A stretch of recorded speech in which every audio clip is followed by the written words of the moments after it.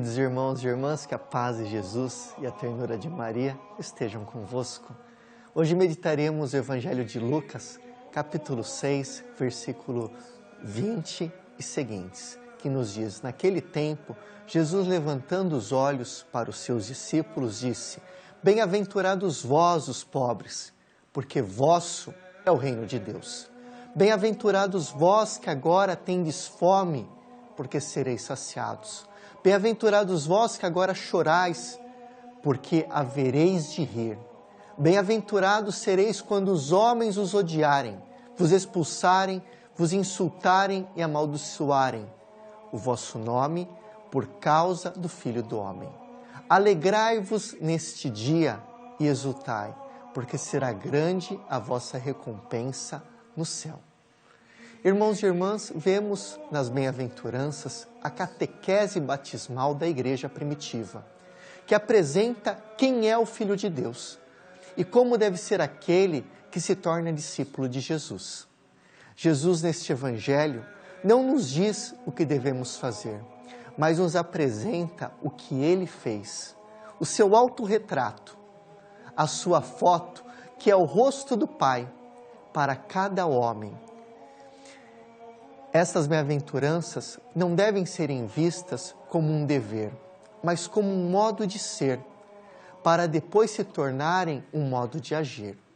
Jesus repete 8 vezes bem-aventurados. E é interessante que o Senhor chama todos aqueles que não têm vez e que não são nada diante dos olhos do mundo de bem-aventurados. Os perseguidos, os sedentos, os injustiçados, os pobres, os famintos, os humildes, os pacíficos, os puros de coração.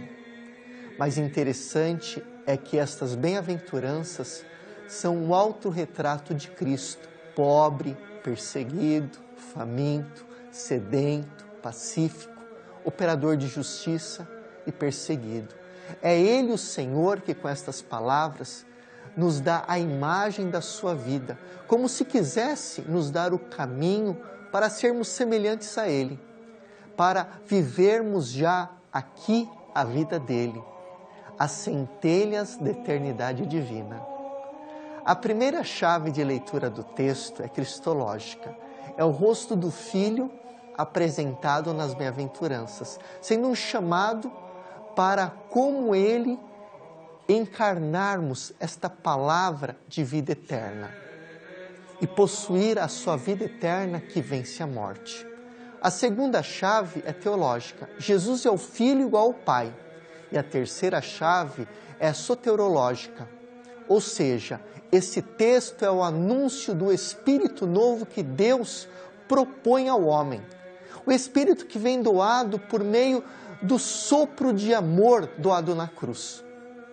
O Evangelho das Bem-aventuranças é também o Evangelho do juízo de Deus, o parâmetro para analisarmos, para sabermos se estamos vivendo e buscando as coisas de Deus ou não. Na verdade, as bem-aventuranças nos abrem para o mistério de Deus na história. Nos mostra que os pensamentos de Deus, seus critérios são muitas vezes muito diferentes dos nossos, ou seja, nos mostra que a verdadeira vida não está neste mundo e na prosperidade do mundo, mas na vida em comunhão com Deus. O discurso das bem-aventuranças foi feito em cima da montanha, para mostrar que esta palavra anunciada chega ao seu cumprimento pleno no Monte Gólgota, onde Jesus dá toda a sua vida para nós. Jesus diz: bem-aventurado você que é pobre, você que é perseguido, que é faminto. Mas podemos nos perguntar, o que Jesus quer dizer? Jesus diz: bem-aventurado vós que viveis assim, não para dizer que a pobreza ou a injustiça nos eleva a Deus e nos dá felicidade, mas para mostrar que esses que vivem assim se assemelham a Ele, que foi injustiçado aos olhos do mundo. Os que oprimem são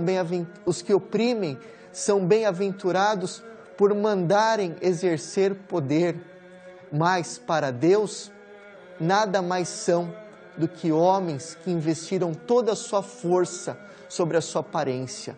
Para Deus, esses não são bem-aventurados, são para o mundo, mas não para Deus, pois destruíram-se a si mesmo e aos irmãos. São homens ligados a esta vida, que ajuntam em celeiros e esquecem-se que hoje mesmo poderá ser perdido conta da sua vida e a sua vida poderá acabar. As bem-aventuranças nos mostram qual é o caminho a ser seguido. Nos fala da vida como continuidade do amor, criador de Deus, e não como a separação dele. Nos chama a atenção hoje, de um modo particular, a uma única bem-aventurança. Essa eu chamo a atenção. Bem-aventurado os mansos, porque possuirão a terra. Ao contrário dos arrogantes, os mansos não têm a mentalidade de vencedores, não possuem razão e não fazem valer o seu próprio direito. Os mansos perdem sempre, se calam, não se sentem na obrigação de se justificarem, pois esperam a justiça de Deus, que não falha, não descarregam em ninguém a sua dor e a sua cruz. Ao contrário, levam até o fim e assim assemelham-se a Jesus manso e humilde. A mansidão, irmãos, é a força de Deus, a força do amor de Deus. E esses herdarão a terra, porque a terra prometida, a qual o prepotente está, o prepotente não entrará, mas somente humilde. Assim, irmãos caríssimos, nos esforcemos para entrar na terra prometida, onde não haverá choro nem ranger de dentes, onde seremos uma coisa só com Cristo Jesus. E eu te convido, meu irmão e minha irmã, a ler o livro que eu, Padre Fernando Tadeu, escrevi, um livro que te ajudará a caminhar nas bem-aventuranças do Senhor. O livro se chama O Plano de Deus, editado pela editora Gente, um caminho de amor. Está em todas as livrarias do Brasil. O Senhor esteja convosco, Ele está no meio de nós. E por intercessão de Nossa Senhora, abençoe-vos o Deus que é todo-poderoso, o Pai, o Filho e o Espírito Santo. Amém. Permanecemos na paz. Amém.